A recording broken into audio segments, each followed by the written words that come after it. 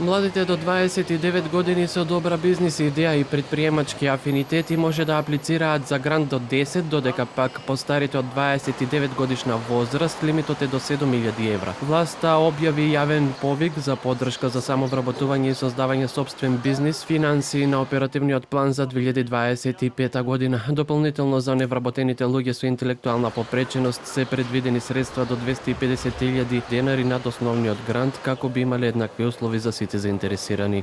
Јавниот повик треба да ги поттикне сите заинтересирани граѓани кои имаат идеја или вештина да аплицираат и да ја искористат можноста за поддршка при основање на сопствен бизнис. Категории што може да аплицираат се невработени лица евидентирани во Агенција за вработување, корисници на гарантирана минимална помош, лица со попреченост, повратници од странство, жени жртви на родово и семејно насилство, како и граѓани кои сакаат да ја формализираат својата досекашна неформална дејност.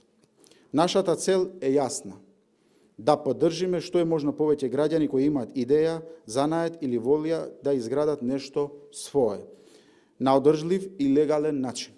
Освен самовработувањето на апликантите, ќе се создадат и нови работни места, како и рамномерна дистрибуција на економските субјекти во сите 8 плански региони во државата, појаснува директорот на Агенцијата за вработување Селаидин Белјули.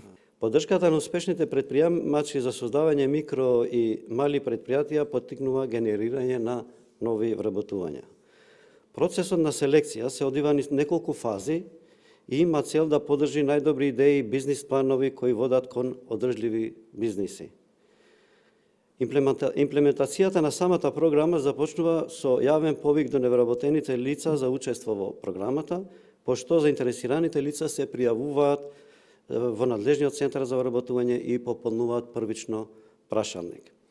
Врз основа на резултатите од пополнетиот прашалник се изготвува ранг листа на учесници за понатамошната фаза.